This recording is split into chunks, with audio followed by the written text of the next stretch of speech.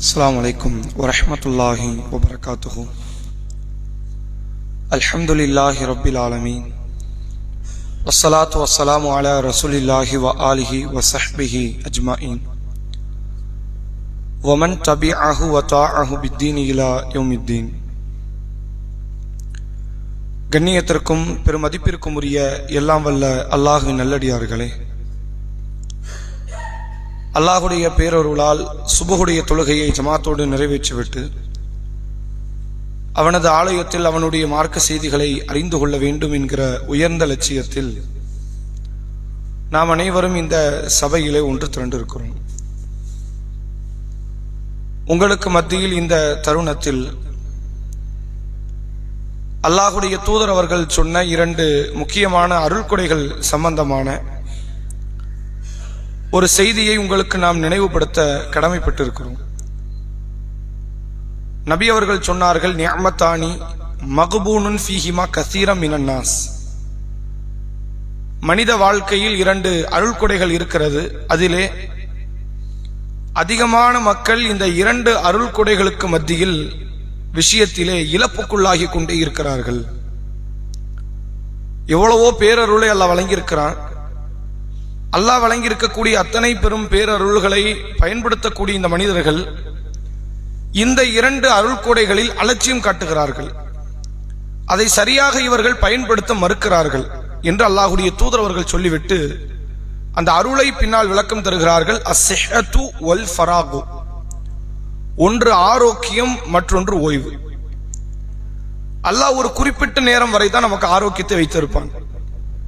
பிறகு ஆரோக்கியத்தை அல்லாஹ் எடுத்து விடுவான். திருக்குரானிலே அல்லாஹ் சொல்கிறான், மனிதனை பலகீனத்தில் நாம் படைத்தோம், பலகீனத்திற்கு பிறகு பலமுள்ளவனாக அவனை ஆக்குகிறோம், மீண்டும் அவனை பழைய நிலைக்கு பலகீனத்திற்கு நாம் கொண்டு வந்து விடுகிறோம் என்று அல்லாஹ் பேசுகிறான். அப்ப ஆரோக்கியம் இருக்கும், அது ஒரு குறிப்பிட்ட காலம் வரைதான். அந்த ஆரோக்கியம் போய்விடும். அந்த ஆரோக்கிய விஷயத்தில் மனிதர்கள் இழப்புக்குள்ளாகி கொண்டிருக்கிறார்கள் என்று அல்லாஹுடைய தூதர் அவர்கள் நமக்கு இந்த செய்தியின் வாயிலாக சொல்லித் தருகிறார்கள். சஹீஹ் புகாரியில் பதிவு செய்யப்பட்டிருக்கிற ஆதாரப்பூர்வமான நபிமொழி. ஆரோக்கியத்தில் என்ன இழப்பு என்று பார்த்தால், எதுக்காக உழைக்கிறோங்கிறத கூட உணர்ந்து கொள்ளாமல் தன்னுடைய தூக்கத்தை, உணவை, தன் உடலுக்கு தேவையான சில நியதிகளை, உரிமைகளை எல்லாம் மறுத்து உழைக்கக்கூடியவர்கள். அல்லாஹுடைய தூதர் அவர்கள் அப்படி அமல் செய்யக்கூடியவர்களை தடுத்தாங்க. தொடர்ச்சியாக நோன்பு வைத்தார்கள் நபி அவர்கள் காலத்தில். சில நபி தோழர்கள் சஹர் இல்லாமல், இஃப்தார் இல்லாமல் நோன்பு. நோன்புக்கான அடித்தளமே சஹர் இஃப்தார் தான். ரசூலுல்லாஹ் சில நோன்புகள் அப்படி வச்சிருக்கிறாங்க. நபியை பார்த்து சில நபி தோழர்கள் வைத்தார்கள். ரசூலுல்லாஹ் கண்டிக்கிறாங்க, எனக்கு அல்லாஹ் மறைமுகமாக உணவளிக்கிறான், நீர் புகட்டுகிறான், நானும் நீங்களும் ஒண்ணு கிடையாது. நான் சஹர் இல்லாமல் நோன்பு வைக்கிறேன், இஃப்தார் இல்லாமல் நோன்பு வைத்துக் கொண்டே தொடருகிறேன் என்றால் நீங்கள் அப்படி வைக்க கூடாதுன்னு நாங்க ரசூலுல்லாஹ். அதே போன்று காலம் முழுவதும் நோன்பு வைப்பேன் என்று சொன்ன நபி தோழர் ரசூலுல்லாஹ் கண்டிக்கிறாங்க. இரவு முழுவதும் தொழுகிறார், ஒரு நாள் கூட இடைவேளை விடாமல் தொழுகிறார் என்பவரை நபி அவர்கள் கண்டிக்கிறார்கள். உங்கள் கண்ணுக்கு செய்ய வேண்டிய, உடலுக்கு செய்ய வேண்டிய, மனைவிக்கு செய்ய வேண்டிய கடமைகள், ஹக்கு இருக்கிறது என்றார்கள் நபி அவர்கள். பள்ளிவாசலிலே ஒரு கயிறு ஒன்று கட்டப்பட்டிருக்கிறது. ஒரு முறை நபி அவர்கள் வராங்க, பெண்கள் பகுதியில் ஒரு கயிறு இருக்குது. இது என்ன கயிறுன்னு கேட்கிறாங்க. உங்கள் மனைவி ஸைனப் ரலியல்லாஹு அன்ஹா கட்டிய கயிறு. எதுக்கு கட்டி இருக்கிறாங்க? இரவு தொழுகை தொழ வருவாங்க. அப்படி வரும் பொழுது அவங்க அந்த கயிறை பிடிச்சுக்கிட்டு தான் தொழுவாங்க. ஒருவேளை தூக்க கலக்கம், ஒரு அசதி, ஒரு மயக்கம், கீழே விழற மாதிரி ஆயிடுச்சுன்னா அந்த கயிறை பிடிச்சுக்குவாங்க. அப்ப ரசூலுல்லாஹ் அந்த கயிறை கலட்ட சொல்றாங்க. ஸைனப் பள்ளிக்கு வர வேண்டாம், இன்னைக்கு தொழக்கூடாது அப்படின்னு சொல்லி ரசூலுல்லாஹ் தடுக்கக்கூடிய நிகழ்வை பார்க்க முடியுது. இதெல்லாம் எதை காட்டுதுன்னா, ஆரோக்கியத்திற்கு கூட முக்கியத்துவம் தராமல் அமல்களுக்கு முக்கியத்துவம் தந்தால் இஸ்லாம் அவர்களை கண்டிக்கிறது. மனித வாழ்க்கையில மிக பிரதானமானதே அமல் தான். அல்லாஹ் குர்ஆன் நெடுகிலும் பயன்படுத்துகிறான். இல்லல்லதீன ஆமனு வ அமிலுஸ் ஸாலிஹாத். நம்பிக்கை கொண்டு நல்ல அமல்கள் செய்தவர்கள். இல்லா மன் தாப வ ஆமன வ அமில அமலன் ஸாலிஹன். பாவ மன்னிப்பு தேடி நம்பிக்கை கொண்டு நல்ல அமல் செய்தவர்கள் என்று நல்ல அமல்களை குர்ஆன் நெடுகிலும் அல்லாஹ் சொல்றான். அந்த நல்ல அமல்களை புரிவதற்கு ஒருவர் ஆரோக்கியத்தை கருத்தில் கொள்ளவில்லை என்றாலே அது பாவம் என்று சொல்லும் பொழுது, உலக வாழ்வாதாரத்திற்காக வேண்டி ஒருவர், அதிகமான ஆண்கள், அதிகமான பெண்கள் தன் உடலை கூட கருத்தில் கொள்ளாமல் உழைக்கணும், பாடுபடணும், சம்பாதிக்கணும் அப்படிங்கிற ஒரு எண்ணத்துல ஆரோக்கியத்தை பெருமளவில் பொடும்போக்காக கழித்து விடுகிறார்கள். ஒரு யதார்த்தத்தை புரிந்து கொள்ள வேண்டும். சுவர் இருந்தால்தான் சித்திரம் வரைய முடியும். சித்திரம் வரைகிறதுக்கு எல்லா காரியத்தையும் ஏற்பாடு பண்ணிக்கிறது. சுவர் வர இல்லைன்னு வைங்க, அது பயனற்ற ஒரு காரியம். அப்படித்தான் பலரும் பொருளாதாரத்தை தேடுகிறார்கள். கோடி கோடியாய் சம்பாதித்து வைப்பார்கள். 35 வயசை கூட தாண்டி இருக்க அல்லது சுகர் நோய் வந்திருக்கும். விரும்பிய சில பொருட்களை அவர்களால் சாப்பிட முடியாமல் போய்விடும். விரும்பியபடி அவர்களால் எந்த பயணத்தையும் மேற்கொள்ள முடியாமல் போய்விடும். அப்ப அல்லாஹ் கொடுத்த இந்த ஆரோக்கியத்தை அவசியமற்ற முறையில் கழித்து அதை வீணடிப்பது கூட அல்லாஹ்விடத்தில் அது விசாரிக்கப்படும் என்பதைத்தான் நபி அவர்கள் இந்த செய்தியின் வாயிலாக நமக்கு உணர்த்துகிறார்கள். நிஅமத்தானி மக்பூனுன் ஃபீஹிமா கஸீரம் மினன் நாஸ். மனிதர்கள் பெரும்பான்மையானவர்கள் 2 அருள் கொடைகளில் அவர்கள் இழப்புக்குள்ளாகி கொண்டே இருக்கிறார்கள். அல்லாஹ் விசாரிப்பான். நாளை மறுமை நாளில் அல்லாஹ் கொடுத்த எல்லா அருள் கொடைகள் பற்றி விசாரிக்கப்படும். கண்ணை குறித்து, காதை குறித்து, உடல் உறுப்புகளை குறித்து, இதை நீ எப்படி பயன்படுத்தினாய், இதற்கு நீ நன்றி செலுத்தினாயா அல்லாஹ்விடத்தில் கேட்கப்படும். அப்படி அல்லாஹ்வின் புறத்திலிருந்து கேட்கப்படுகிற அந்த கேள்வியில் ஆரோக்கியம் குறித்து மிக பிரதானமான கேள்வி. அதனால்தான் அல்லாஹ்வுடைய தூதர் அவர்கள் ஆரோக்கியமான உணவை குறித்து நமக்கு ஏவி இருக்கிறார்கள், விளையாட்டை குறித்து ஏவி இருக்கிறார்கள், நல்ல உறக்கத்தை குறித்து ஏவி இருக்கிறார்கள். இந்த காரியத்தில் கொஞ்சம் கவனம் செலுத்த வேண்டிய கட்டாயத்தில் தான் மனிதர்களில் அதிகமாக, குறிப்பாக முஸ்லிம் சமுதாயத்தவர்கள் இருக்கிறார்கள். உழைப்பை தேடி, பொருளாதாரத்தை தேடி பெருங்கொண்ட ஒரு ஓட்டம் அவர்கள் வாழ்க்கையில் பெரும்பான்மையான ஆரோக்கியத்தை இளம் பருவத்திலேயே உரிந்து எடுத்து விடுகிறது. ஏராளமான இளம் முதியவர்கள் வாழக்கூடிய ஒரு காலகட்டத்தை அடைந்திருக்கிறோம். நரம்பு தளர்ச்சி, எலும்பு பலகீனம், வயோதிக தோற்றம் என்று எத்தனையோ பல நிலைகள், பல இளைஞர்கள் அவர்களுக்கு இது போன்ற நிலை வருவதற்கான காரணம் தன்னை பற்றி பொருட்படுத்தாத ஒரு நிலைதான். அல்லாஹ்விடத்தில் நாளை விசாரணையில் இது குறித்து விசாரிக்கப்படுவோம் என்ற கவனம் நமக்கு இருக்கணும். அல்லாஹ்வுடைய தூதர் அவர்கள் இந்த காரியத்திற்கு ஒரு முக்கியத்துவம் தருவாங்க. ரசூலுல்லாஹ்வுடைய செயல்கள்ல நீங்க ஒரு காரியத்தை பார்க்கலாம். நபி அவர்கள் சொல்கிறார்கள், ஒருவருடைய உணவு இருவருக்கு போதும். இருவருடைய உணவு மூவருக்கோ அல்லது 4 நபர்களுக்கோ போதுமானது. திர்மிதி என்கிற ஹதீஸ் கிரந்தத்திலே பதிவு செய்யப்பட்டிருக்கிறது. உணவை 3 வகைகளாக, வயிற்றினுடைய பகுதியை ரசூலுல்லாஹ் 3 பகுதியாக பிரிக்கிறாங்க. அரை வயிறு உணவு போதும், கால் வயிறு தண்ணீர் போதும், கால் வயிறு வெற்றிடம் போதும். ஆதாரப்பூர்வமான நபிமொழி. ஏன் ரசூலுல்லாஹ் இந்த உணவை பிரிச்சு கொடுங்கன்னு சொல்றாங்க? எதனால் ரசூலுல்லாஹ் இந்த உணவுப் பொருளை போதிய அளவுக்கு, குறைந்த அளவுக்கு சாப்பிடலாம் என்று சொல்கிறார்கள்? இன்னொரு இடம் சொன்னார்கள் நபி அவர்கள், இறை நம்பிக்கை கொண்டவன் 1 குடலில் சாப்பிடுவான், இறை மறுப்பாளன் 7 குடலில் சாப்பிடுவான். அவனுக்கு 7 குடல் இருக்குன்னு அர்த்தம் கிடையாது. உணவு அவ்வளவு அதிகமாக உட்கொள்ளக்கூடியவன் ஒரு ஈமான் கொண்டவனுடைய ஒரு தன்மையில் இருந்து அவன் விலகிக் கொள்கிறான். அதிகமாக உணவுக்கு உட்கொள்ளாதீர்கள், போதிய அளவு போதும். அதனால்தான் உமர் இப்னு கத்தாப் ரலியல்லாஹு அவர்கள் சொன்னார்கள், முதுகு நிக்கிற அளவுக்கு உணவு போதும்.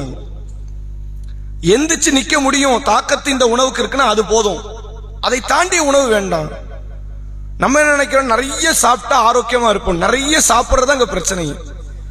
ஆரோக்கியம் அதிகமாக பழுப்படுவதற்கும் அது நம்மிடத்தில் இருந்து வலு குறைவதற்குமான காரணமே இங்கு நாம் அதிகமாக உணவை உட்கொள்வதும், எந்த உணவை தேர்ந்தெடுக்கிறோம் என்பதை கவனம் செலுத்தாதும் காரணம். அப்ப ஆரோக்கியம் சார்ந்த ஒரு வழிகாட்டுதலை அல்லாஹ்வுடைய தூதர் அவர்கள் இந்த செயலில் நமக்கு சொல்லித் தருகிறார்கள். அதே போன்று அல்லாஹ்வுடைய தூதர் அவர்கள் ஆரோக்கியத்திற்கு சொன்ன இன்னொரு செய்திதான், ஒவ்வொரு நாளும் பல் துலக்குவதை குறித்து நபியவர்கள் சொன்னார்கள். அபூதாவுத்திலே பதிவு செய்யப்பட்டிருக்கிற ஆதாரப்பூர்வமான நபிமொழி. நபியவர்கள் சொன்னார்கள், நசையில் இந்த செய்தி இருக்கிறது, பல் துலக்குவது என்பது வாயை சுத்தப்படுத்தும், அல்லாஹ்வுடைய திருப்தியை பெற்றுத்தரும். இறை திருப்திக்கும் பல் துலக்கிறதுக்கு சம்பந்தம் கிடையாது. அல்லாஹ் கொடுத்த மகத்தான அருள்ள பற்கள் ஒன்று. வெறுமனே உணவை அரைத்து கொடுக்கக்கூடிய ஒரு காரியம் மட்டும் கிடையாது. பல் தான் உங்களுடைய சொற்களை வெளி உலகத்திற்கு நல்ல முறையில் தெளிவாக கொண்டு போய் சேர்க்கிற ஒரு கருவி. அந்த பல்லை இழந்துடக்கூடாதுங்கிறதுக்கு நபியவர்கள் சொன்னார்கள், லவ்லா அன்ஷுக்க அலா உம்மத்தி லஅமர்துஹும் பிஸ்ஸிவாக் இன்த குல்லி ஸலா. என் சமுதாயத்திற்கு சிரமம் ஏற்பட்டு விடும் என்று மட்டும் எனக்கு தோணாமல் இருந்திருந்தால் ஒவ்வொரு வக்து தொழுகைக்கு பல் துலக்கும்படி நான் கட்டளையிட்டு இருப்பேன். ரசூலுல்லாஹ் கட்டளை இடல, ஆனால் கட்டளை இட வேண்டிய அளவிற்கு அவசியமானது என்பதை நபியவர்கள் இதிலே சொல்லித் தருகிறார்கள். தலை முடியை குறித்து சொன்னார்கள், உடலினுடைய அழுக்கை நீக்குவதை குறித்து சொன்னார்கள். ஒரு மனிதனுடைய வீட்டு வாயிலில் ஒரு ஆறு ஓடுகிறது, ஒரு நாளைக்கு 5 வேளை குளித்தால் அவன் உடலில் அழுக்கு எஞ்சி இருக்குமான்னு கேட்டாங்க ரசூலுல்லாஹ். சஹாபாக்கள் சொல்றாங்க, அது எப்படி இருக்கும்? இருக்காது. அது மாதிரிதான் தொழுகைன்னாங்க. தொழுகை உள்ளத்தில் உள்ள அழுக்கை நீக்கும். தினம் தினம் குளிப்பது உடலை சுத்தப்படுத்துவது, உடலினுடைய அழுக்கை நீக்கும். 5 முறை குளிச்சா கூட தப்பு இல்லைங்கிறாங்க ரசூலுல்லாஹ். உடலினுடைய சுத்தம், உடல் ஆரோக்கியம், நம்மை சார்ந்து இருக்கக்கூடிய எல்லா காரியத்தினுடைய அந்த ஆரோக்கியம் சார்ந்த நிகழ்வுக்கு அல்லாஹ்வுடைய தூதர் அவர்கள் இவ்வாறு ஒரு வழிகாட்டுதலை செய்கிறார்கள். இன்னைக்கு நம்ம ஆரோக்கியத்துக்கு அவன் செஞ்ச நிகழ்வுகள் என்ன? அதிகமான மக்கள் எழுந்து நிக்கிறதுக்கு கூட நேரம் கொடுக்காத அளவுக்கு தான் வேலைகள், நடப்பதற்கு நேரம் கிடையாது. ஒரு குறிப்பிட்ட நேரத்தில் கடுமையான உடல் எடை கொண்ட மனிதர்களாக நாம் மாறிவிடுகிறோம். நபி அவர்கள் அந்த ஆரோக்கியத்தை இழந்தவனை கூட குறித்து மறுமையில் சொன்னார்கள், நாளை மறுமையில் ஒரு அடியான் அல்லாஹ்விடத்தில் வருவான், பருத்த உடல் கொண்டவனாக வருவான், கடுமையான வெயிட். இந்த பருத்த உடல் யாருக்கு வரும்னு கேட்டா பணக்காரர்களுக்கு வரக்கூடியது. ஏழைகள், பசியில் இருப்பவர்கள், பட்டினியில் கிடப்பவர்களுக்கு அவன் எலும்பு தோல் மறைகிறதுக்கே முடியாது. பருத்த உடல் ஒரு காலம் வராது. மறுமையில் பருத்த உடல் கொண்ட ஒரு மனிதன் அல்லாஹ்விடத்தில் வருவான், கொசுவின் ரெக்கை அளவுக்கு கூட அல்லாஹ்விடத்தில் அவன் மதிப்பு பெற மாட்டான். பணம் ஒரு முக்கியம் இல்ல மறுமையிலங்கிறத ரசூலுல்லாஹ் சொல்றாங்க. இன்னைக்கு சமுதாயத்தில் பணக்காரர்கள் வந்தால் ஒரு தனி மதிப்பு கிடைக்கும்ல, அல்லாஹ் கிட்ட அங்க என்ன மதிப்பு கிடைக்காது. நான் பணக்காரன் என்பதை கொண்டு அல்லாஹ்விடத்தில் கொசுவின் ரெக்கை அளவிற்கு கூட அவர்கள் அங்கு மதிப்பை பெற மாட்டார்கள். அங்க ரசூலுல்லாஹ் குறிப்பிட்டது கூட ஆரோக்கியத்திற்கு முயற்சி செய்யாத அந்த பருத்த உடல்காரனைத்தான் நபி அவர்கள் குறிப்பிடுகிறார்கள். இப்படி எத்தனையோ சம்பவங்களை சொல்லலாம். ஒவ்வொரு இடத்திலும் இந்த ஆரோக்கியத்திற்கு தனி முக்கியத்துவத்தை கொடுக்க சொல்கிறது. அல்லாஹ் குர்ஆனிலே சொல்கிறான், அலம் நஜஅல் லஹு ஐனைன் வ லிஸான வ ஷஃபத்தைன் வ ஹதைனாஹு நஜ்தைன். நாம் மனிதனுக்கு பார்க்கிற 2 கண்களை, ஒரு நாவை, 2 உதடுகளை, நேர்வழிக்குரிய காரியங்களை நாம் அவனுக்கு வழங்கவில்லையான்னு கேட்கிறான். ஏன் இந்த உடல் உறுப்புகளை எல்லாம் பற்றி பேசணும்? இதை கவனிப்பதும் இதை பேணுதலாக பாதுகாத்துக் கொண்டிருப்பதும் இந்த மனிதன் மீது கடமை. இளம் பருவத்தில் பல பேருக்கு கண்ணாடி தான், பல பேருக்கு காது கேட்காத ஒரு நிலை, எத்தனையோ உடல் பலகீனங்கள். இதுவெல்லாம் அல்லாஹ்விடத்தில் நாளை மறுமையில் விசாரிக்கப்படும். மனைவி பிள்ளைகளை பற்றி கருத்தில் கொள்ளக்கூடிய இந்த சமுதாய ஆண்கள், அமல்களை பற்றி கருத்தில் கொள்ளக்கூடிய இந்த சமுதாய ஆண்கள் ஆரோக்கியத்தை பற்றி கருத்தில் கொள்ளவில்லை. நாளை மறுமையில் இது குறித்தும் கடுமையாக நாம் விசாரிக்கப்படுவோம் என்பதை நாம் ஒவ்வொருவரும் கவனத்தில் வைத்துக் கொண்டு அல்லாஹ்விடத்தில் அதிகமாக ஆரோக்கியத்திற்காக துஆ செய்யக்கூடிய இடத்தில் நாம் இருக்க வேண்டும். ஆரோக்கியமாக வாழ்வது எந்த அளவிற்கு முக்கியம் என்றால், நபி அவர்கள் தன்னுடைய ஒவ்வொரு தொழுகைக்கு பிறகும் ஒரு துஆ கேட்டிருக்கிறாங்க. எல்லா தொழுகை, ஃபர்லு, சுன்னத்து, நஃபீல் என்று வேறுபாடு இல்லாமல் எந்த தொழுகை தொழுது முடித்தாலும் நபி அவர்கள் கேட்டார்கள், அல்லாஹும்ம இன்னி அஊது பிக்க மின் அர்தலில் உமூர். யா அல்லாஹ், தள்ளாத வயது வரை நான் வாழ்வதை விட்டு உன்னிடத்தில் பாதுகாப்பு தேடுகிறேன். ஆரோக்கியம் இழந்துரும். ஆரோக்கியம் போயிடுச்சுன்னா இந்த உலகத்தில் வாழ்றது மண்ணுக்கு சமம், ஒண்ணுமே கிடையாது. முழு ஆரோக்கியத்தை பறிச்சுட்டான், உறிஞ்சு எடுத்துட்டான் அப்படின்னா அதுக்கப்புறம் இந்த உலகத்திலிருந்து தொழ முடியுமா? நோன்பு வைக்க முடியுமா? நன்மைகளை செய்ய முடியுமா? தான தர்மங்கள் உழைக்க ஒண்ணுமே பண்ண முடியாது. எதுக்கு இந்த உலகத்தில் இருக்கணும்? அந்த நிலை வர்றதுக்கு முன்னாடி என் உயிரை பறிச்சிரியாலாங்கிறத கேட்கிறாங்க ரசூலுல்லாஹ். தள்ளாத வயது வரை நான் வாழ்வதை விட்டும் இறைவா உன்னிடத்தில் பாதுகாப்பு தேடுகிறேன். ஒவ்வொரு தொழுகைக்கு பின்னாடி ரசூலுல்லாஹ் அதை கேட்டாங்க. அது மோசமான ஒரு சூழ்நிலை. ஆரோக்கியம் இழந்து இந்த உலகத்தில் வாழ்ந்தால் உண்மையில் நம்முடைய மதிப்பு என்னங்கிறது நமக்கு அப்பதான் தெரியும்.